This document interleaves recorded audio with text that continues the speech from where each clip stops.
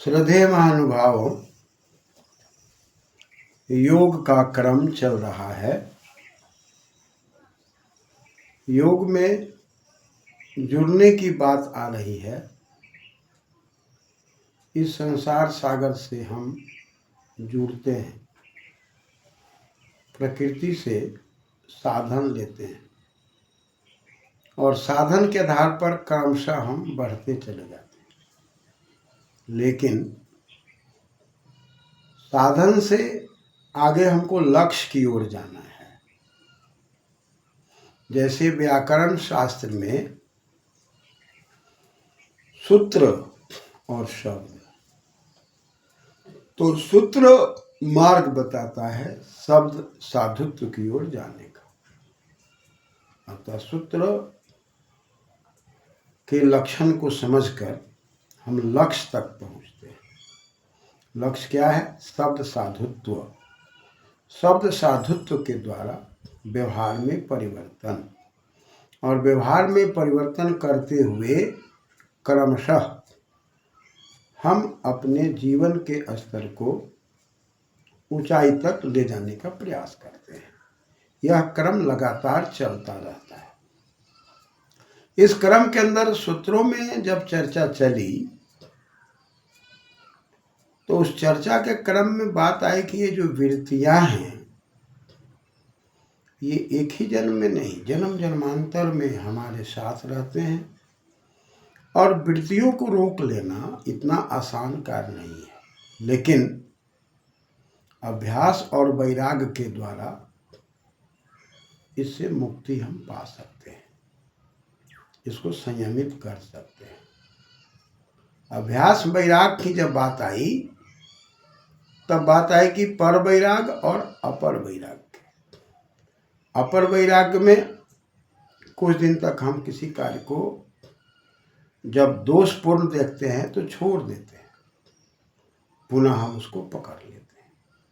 ये अपर वैराग्य में बात आती है। जिस पर चर्चा चली थी कि मिर्च को खाए और तिक्त के कारण छोड़ा, पुनः 2-4 दिन के बाद फिर खाए। छोड़ना और पकड़ना ये चलता रहता है। लेकिन पर वैराग्य में न छोड़ने की बात है, न पकड़ने की बात है, आत्म ज्ञान की बात है, आत्म तत्व की बात है। उस परम पुरुष के गुणों के आख्यान में अपने जीवन को विलीन करने की बात है।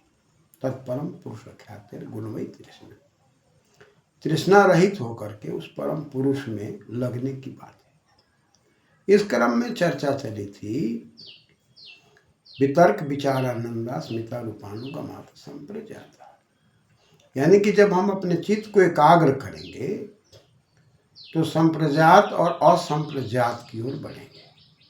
संप्रजात में जब बढ़ेंगे, ठीक प्रकार से प्रखर रूप से हम किसी चीज को जानेंगे तो जानने में कहीं ना कहीं किसी का अवलंबन होगा। पहला अवलंबन जो हमारे सामने आएगा वो वितर्क का आएगा। इस पर चर्चा चली थी कि स्थूल पदार्थों में हमारा ध्यान जाएगा। इसके लिए योगाभ्यास के क्रम में कोई नासिका के ऊपर वाले भाग पर, कोई भृकुटी पर ध्यान करते हैं, और यहाँ से क्रमशः वो आगे बढ़ने का प्रयास करते हैं। तब वो विचार समाधि की ओर जाते हैं। उसमें सूक्ष्म से सूक्ष्म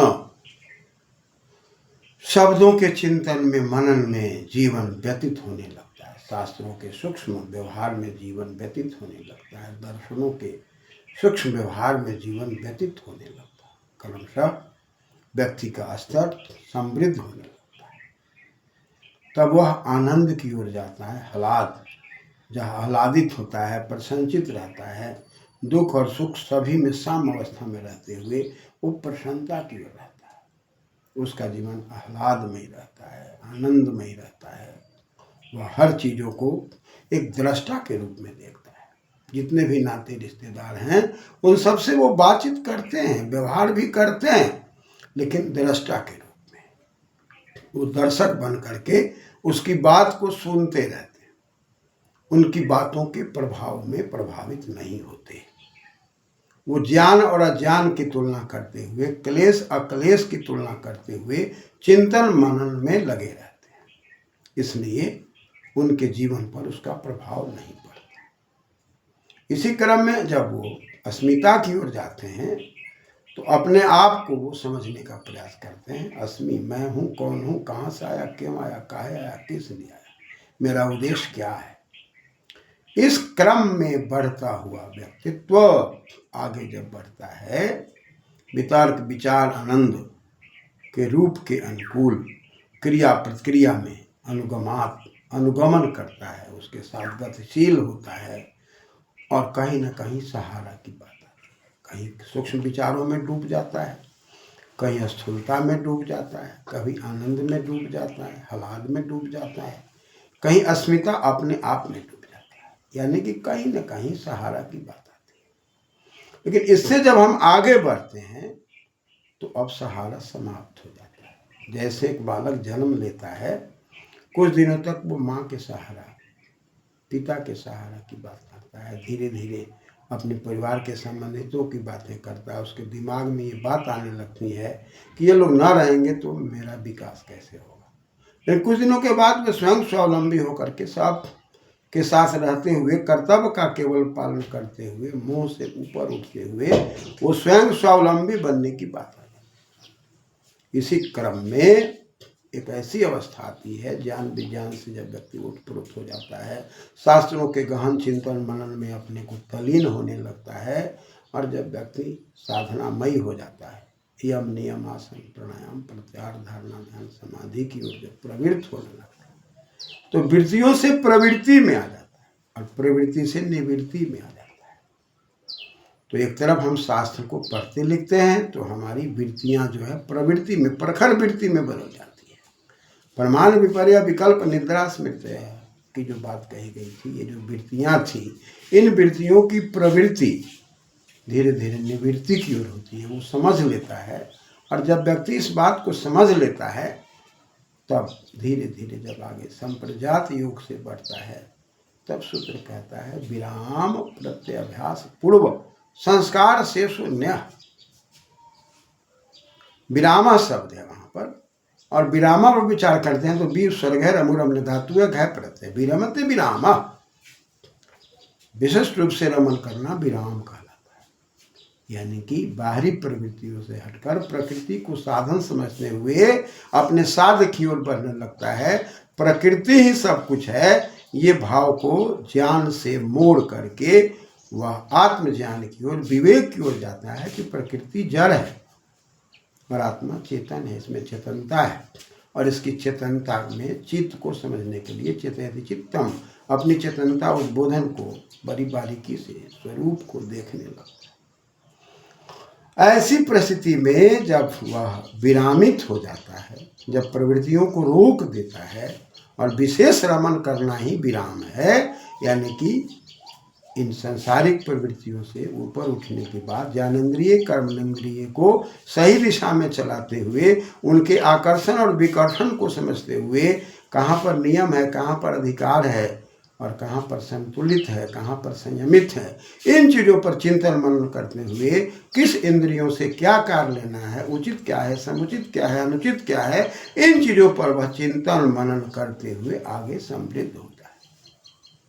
तब जब आगे बढ़ना है, विराम प्रत्यभ्यास पूर्व, प्रत्ययते प्रत्यय, इंगतो धातु है, प्रत्यय शब्द बना हुआ है, यानी कि वो प्रखर रूप से गति में जाता है। प्रत्यस्याभ्यास प्रत्यभ्यास, अभ्यास में अभिउपसर्ग है, असी भूवि, जो कुछ भी हो रहा है हमारे जीवन में यत्न करने से, पुरुषार्थ करने से, तो ज्ञान का अभ्यास करता हुआ, आत्मज्ञान का अभ्यास करता हुआ, विवेक का अभ्यास करता हुआ, अविवेक से हटने का प्रयास करता हुआ, क्लेश से हटने का प्रयास करता हुआ, सांसारिक चीज़ों का घात आघात से बचता हुआ, प्रहार से बचता हुआ, प्रहार न करता हुआ, और अपने कर्तव्य का पालन करता हुआ, नियम का पालन करता हुआ, और पूर्व विराम, जो उसकी जो वृत्तियां हैं वो पूर्व में विरमित हो गई है, और अभ्यास पौन्य पूर्व, पूर्व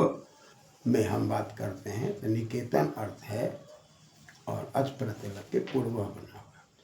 निश्चित रूप से कीर्तन, कीत और कीत में ल्यूट पर कीत से केतन बन गया, यानी कि ठीक ठीक प्रकार से कितना परिमाण में कितने तरीके से हम अभ्यास का ज्ञान का विकास कर सकते हैं, अथवा वो पूर्व के प्रवृत्तियों को समझकर वृत्तियों से निवृत्त होकर के और प्रखरता की ओर जाता हुआ प्रत्यभ्यास पूर्व जब वह ज्ञान का अभ्यास करने लगता है तब वह विराम की अवस्था में होता है। विराम की अवस्था ही प्रत्यभ्यास की अवस्था होती है, जहाँ पर ज्ञान विज्ञान से युक्त होता है।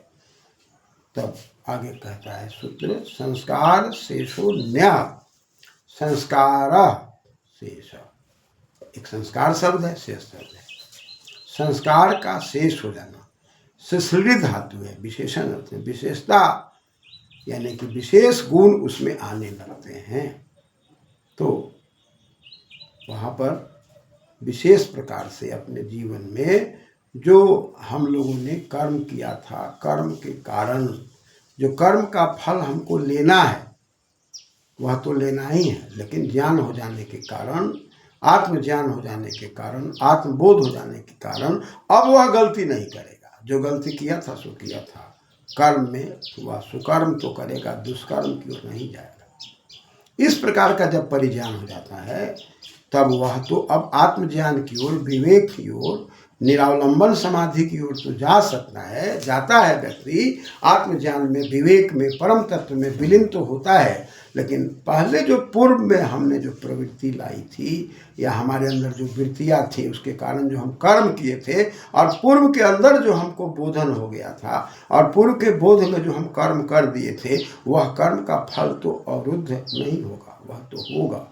जैसे एक कुंभकार चक्का को चला देता है और उस पर मिट्टी के द्वारा बर्तन तो बनाता है और एक बार वो वेग में चक्का आ जाने के बाद वह धीरे धीरे धीरे धीरे पुनः स्थिर होता है।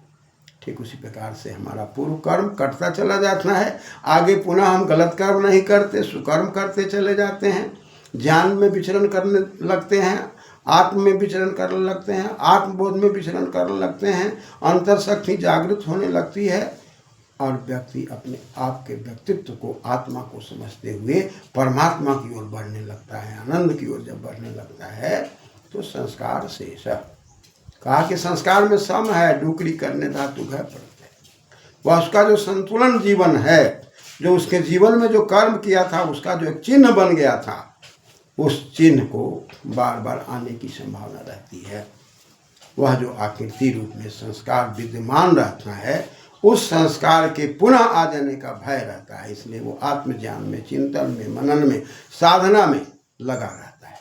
संस्कार शेष, और वहाँ पर वो विशेष आत्मज्ञान के चिंतन से इस संस्कार शेष को भी वह आगे प्रवृत्त नहीं होने देता और आगे आने वाले समय में पुनः संस्कार को नहीं दोहराने देता। जो भी संस्कार हैं उनको काटने का प्रयास करता है और अच्छे संस्कारों से अपने जीवन को आत्मबोध, तल्लीनता प्रवृत्तियों में जब जाता है। शेष अन्य, यही अन्य है, यानी कि वह दूसरी चीज है जहाँ पर अवलंबन नहीं है, जहाँ पर सहारा नहीं है, केवल आत्मज्ञान है, आत्मचिंतन है। जैसे कि शब्द, अर्थ और ज्ञान, तो शब्द तो है, अर्थ भी है, ज्ञान भी है।